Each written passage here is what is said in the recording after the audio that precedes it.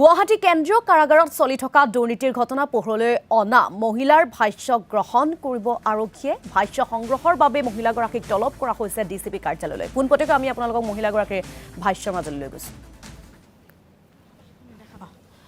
বাইদেউ এটা কথা কওকচোন যে আপুনি এটা ডাঙৰ ঘটনা পোহৰলৈ আহিলে, যিটো গুৱাহাটী কেন্দ্ৰীয় কাৰাগাৰ যথেষ্টখিনি আচলতে বিতৰ্কত সোমাই পৰিছিলে আৰু সোমাই পৰাৰ পিছত তথ্য প্ৰমাণ তেনেকুৱা থাকিলেও তেওঁলোকে না আচুত না ভূত আঁতৰাই দিয়ে গোটেইখিনি। গোটেই ঘটনা আপুনি পোহৰলৈ আনিছিলে। আজি যিহেতু আপোনাক ইয়ালৈ মাতিছে ষ্টেটমেণ্ট ৰেকৰ্ডৰ কাৰণে, আপোনাৰ হাতত সবিশেষ তথ্য সকলো আছে। হয়, নমস্কাৰ মেম। প্ৰথমতে ক'ব বিচাৰিছোঁ কি এই মানুহজন যিজন দেৱকমল বৰা একদম ধুৰন্ধৰ হয় আৰু পূৰা কূটনীতিবিদ। তেওঁ মানে আৰক্ষীৰ জেগাত মোৰ মতে বহাৰ মানে তেওঁ লাইকৰে নহয়। তেওঁ যেতিয়া পাৱাৰৰ মিছ ইউজ কৰিছে আৰু কেনেকৈ মানে মানুহক ধাবি ধমকি দি পেলাই যিবিলাক দুখীয়াবিলাকক আৰু বেছি কষ্ট দিয়ে আৰু ধনীৰ পৰা তেওঁ টকা শোষণ কৰি পূৰা মানে তেওঁ 2 বছৰ ধৰি। আৰু মই নিজেই মানে ধৰক যোৱা বছৰৰ কথা দিছে, অক্টোবৰ মাহৰ কথা মই নিজেই তেওঁক দেখি পাইছিলোঁ যে মানুহে তেওঁ 30,000লৈকে ট্ৰেন্সফাৰ কৰি দিয়ে ভিতৰে আৰু তেওঁক LED TV গিফ্ট দিছে। এজন আফ্ৰিকাৰ মানুহ এজন আছিল, তেওঁ ভিজা মানে আপোনাৰ হেৰি হৈছিলে, ভিজাটো মানে কেঞ্চেলেশ্যনৰ কাৰণে তেওঁ তাতে মানে সোমাইছিল। তাৰ কাৰণে তেওঁ এইটো অক্টোবৰ মাহৰ কথা 2025ৰ। তেওঁ ইমান মানে 2024 চৰি, তেওঁ বহুত মস্ত মানে এটা TV তেওঁ সোমাই দিছে। তেতিয়া মই সুধিছোঁ এইটো কাক দিছে। তেতিয়া মানে মই লগ কৰিব গৈছিলোঁ, তেতিয়া লগ কৰিব যাতে ক্লাইণ্ট এজনক, তেতিয়া তেওঁ কৈছে কি মই জেলাৰক গিফ্ট দিম। তাৰপিছত মোৰ হাতত মানে বহুতো তথ্য আহি পৰিছে, যেনে মই যেতিয়া এই নিউজটো বাজাৰ পিছত বহুত মানুহে মোক কণ্টেক্ট কৰিছে ফেচবুকত, বহুত যিবিলাক 6 বছৰ জেল খাই ওলাই গৈছে বা যিবিলাক মানুহ, তেখেতসকলে মানে কৈছে যে তেওঁৰ ওচৰত বহুত বোলে এভিডেঞ্চ আছে, তেওঁ দিব বোলে। তাৰপিছত আৰু কিছুমান মানুহে মোক মানে দিছেও, বহুত কথা কৈছেও, যেনে এতিয়া GMC যিটো স্কেম চলিছে সেইটোত মানে তেওঁ কোৱা মতে যদু নামৰ এজন চিপাহী তেওঁ জড়িত আছে। তেওঁৰ মানে বাইক গাড়ী বিলাহী জীৱন বহুত বেছি। আৰু এই যিজন দেৱকমল বৰা, তেওঁ মানে কি কৰে আপোনাৰ প্ৰত্যেকটো বস্তুত মানে হেৰি কৰে, পইচা লয়। পইচাৰ বাহিৰে তেওঁ একো চিনিয়ে নাপায়। তেওঁ মানে মানৱীয়তা, তেওঁৰ ধৰ্ম, তেওঁ চব বাদ দি দিছে। আৰু তেওঁ ইমানেই চালাক চতুৰ মানুহ, অকল কপিল পাঠক ছাৰে মানে তেওঁক মানে অকল DCP ছাৰ আৰু কপিল পাঠক ছাৰ তেখেতসকলে মানে মৃণাল ডেকা ছাৰৰ সহযোগতহে হ'ব পাৰিছে। নহ'লে তেওঁ ইমান দিনে মেনেজ কৰি ওপৰৰ পৰা মেনেজ মানে কি, মই ইমান পৰ্যন্ত গম পাইছোঁ মেনেজ মানে ছুপাৰিনটেণ্ডেণ্টক মেনেজ তেনেকৈ পইচা দি নকৰে বা জাজক। তেওঁ মানে কথাৰে পতিয়ন নিয়াই মানুহক বুঢ়াই থৈ দিয়ে। তো এনেকৈ কৰি তেওঁ মানে প্ৰত্যেকটো বস্তুত স্কেম কৰি কাৰাপশ্যন কৰি পেলাই তেওঁ বহুত টকা ঘটিলে হকে বিহকে। আৰু এইটো যদি তদন্ত কৰা যায় ভালকৈ, মই যিটো CM ভিজিলেন্সত দিছোঁ, তো মই বিচাৰিছোঁ যে ভালকৈ তদন্ত কৰা যাওক। CM ভিজিলেন্সে কেছটো চাওক, মুখ্যমন্ত্ৰীলৈকে যাওক, তেওঁ দেখক যে তেওঁ যে পাৰ ডে তেওঁৰ 3 লাখ টকা ইনকাম, তেওঁ 3 লাখ টকা ইনকাম পইচাবিলাক ক'ত গ'ল। আৰু এইটোও তথ্য পাইছোঁ যে আপোনাৰ তেওঁ বোলে বিল্ডাৰৰ লগত তেওঁ কিবা এগ্ৰিমেণ্ট কৰি পইচাখিনি ইনভেষ্ট কৰিছে। আৰু শিৱসাগৰ তেওঁ বহুত পইচা, কেছ পইচা তেওঁ আপোনালোকে যদি ইনভেষ্টিগেশ্যন কৰে ছাৰহঁতে কেছ পে'মেণ্ট পাব।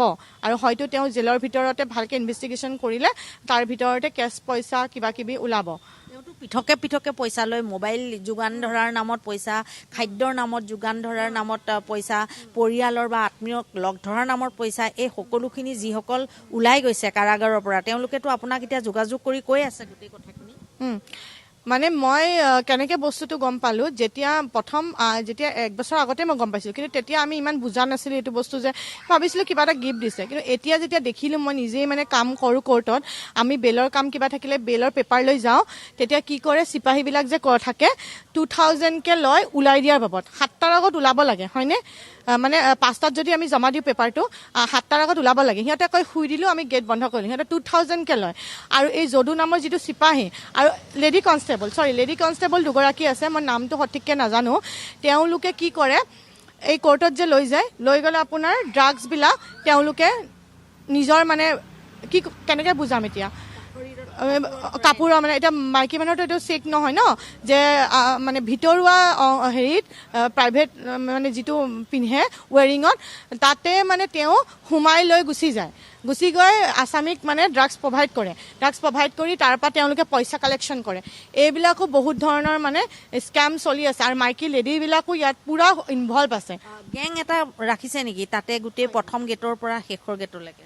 হয় মেম, হয়। হয়, গেং মানে অতি ভয়ানক গেং।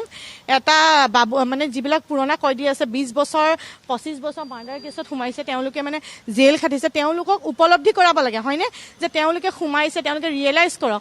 আমাৰ যে পুলিচ প্ৰশাসনে ইমান কষ্ট কৰি ৰাত দিন কৰি ড্ৰাগছ ধৰি আছে কোটি কোটি টকাৰ, তেওঁলোকে সেইটো মানে ৰিয়েলাইজ কৰাৰ কোনো মাৰ্ডাৰ কেছত সোমাইছে, নিজৰ ৱাইফক মাৰি পস্কো কেছত সোমাইছে, তেওঁ কোনো ধৰণৰ ৰিয়েলাইজেশ্যনে নকৰায়। তেওঁ ইমানেই বিলাহী জীৱন এটা দিছে আৰু কি কৰে গুণ্ডাগিৰি।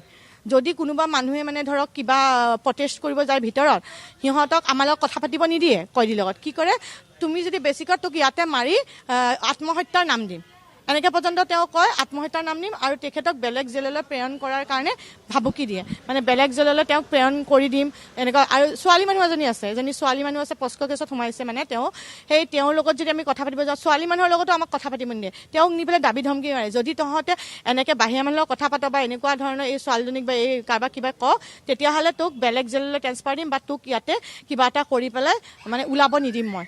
আৰু যিসকল ধৰি লওক দাগী অপৰাধী, অলপ VVIP টাইপৰ যায়, অৰ্থনৈতিক লেনদেনত জড়িত গোচৰত, সেইসকলক তেওঁ নিজা ৰুমত বহুৱাই লৈ তেওঁ এইবিলাক ডিল কৰে পৰিয়ালৰ মানুহৰ সৈতে। হয়, ডিল কৰে, মানে কেনেকৈ ডিল কৰে, তেওঁ ছানডেৰ দিনটো মানে ধাৰ্য কৰে, ছানডে দিনটোত তেতিয়া মানে লগ ধৰিবলৈ নিদিয়ে, এনেই 12-12ৰ পৰা 3 PM লগ ধৰিব দিয়ে। ছানডে তেওঁ মাতে, বেছিভাগ ৰাতি মানে মাতে, আৰু কি কৰে ৰাতি প্ৰায়ে তেওঁ ওপৰৰ ৰুমত কেমেৰাছ নাই, তেওঁ তাতে নি পেলাই ফেমিলি মানুহক বা বাহিৰা মানুহক আনি ল'ৰা ছোৱালী লগ কৰিব দিয়ে, সেইবিলাকো কৰে। তেওঁ সেই প্ৰত্যেকটো বাবদ তেওঁ 5 to 50,000 লয়। আৰু এইটো মানে মোক মানুহজনে কৈছে 50,000 তেনেকৈ ধৰক যিবিলাক হাই প্ৰফাইল মানে কেছ আহে, তেওঁলোকৰ পৰা ফাৰ্ষ্ট দিনাই 50,000 ল'ব, তেওঁলোকে মোবাইল এইবিলাক ফোন এইবিলাক আপোনাৰ হেৰি কৰিব। আপোনাক মাতিছে ইয়ালৈ? হয় হয়, মাতিছে। তথ্য প্ৰমাণ লৈ আহিছে? মই লৈ আহিছোঁ, মই সেইখিনি দি দিম ছাৰক, আৰু যি দিব লাগে। গৰাকী মহিলা যিগৰাকীয়ে দুৰ্নীতিৰ কথা পোহৰলৈ আনিছিল, মহিলাগৰাকীৰ প্ৰতিদিন টাইমৰ কেমেৰাৰ সন্মুখত বিস্ফোৰক অভিযোগ ফাদিল কৰিছে। কাৰাধ্যক্ষ দেৱকমল বৰাৰ বিৰুদ্ধে অভিযোগ উত্থাপন কৰিছে মহিলাগৰাকীয়ে। তথ্য প্ৰমাণ হাতত লৈ DCP কাৰ্যালয়ত উপস্থিত হৈছে। কথাৰে পতিয়ন নিয়াই মানুহৰ পৰা বহু টকা আত্মসাৎ কৰাৰ অভিযোগ উত্থাপিত কৰিছে এগৰাকী কাৰাধ্যক্ষ দেৱকমল বৰাৰ বিৰুদ্ধে। লগতে CM ভিজিলেন্সে ঘটনা সন্দৰ্ভত তদন্ত চলোৱাৰো আহ্বান জনাইছে। অভিযুক্ত তথা অপৰাধীক সা সুবিধা যে দীৰ্ঘদিনৰে পৰা দি আহিছিল, সেইসমূহো তেওঁ উল্লেখ কৰিছে। যদু নামৰ এগৰাকী চিপাহীৰ বিৰুদ্ধেও বিস্ফোৰক অভিযোগ উত্থাপন কৰিছে। লগতে মহিলা চিপাহীয়েও নিচাযুক্ত সামগ্ৰীসমূহ গোপন অংগত লৈ কেনেদৰে সৰবৰাহ কৰিছিল, সেইসমূহ সামগ্ৰী অপৰাধীক কেনেদৰে সেইসমূহ সামগ্ৰী সৰবৰাহ কৰিছিল, সেই বিস্ফোৰক তথ্য প্ৰতিদিন টাইমৰ সন্মুখত ফাদিল কৰা দেখিবলৈ পোৱা গৈছে সেই মহিলাগৰাকীয়ে।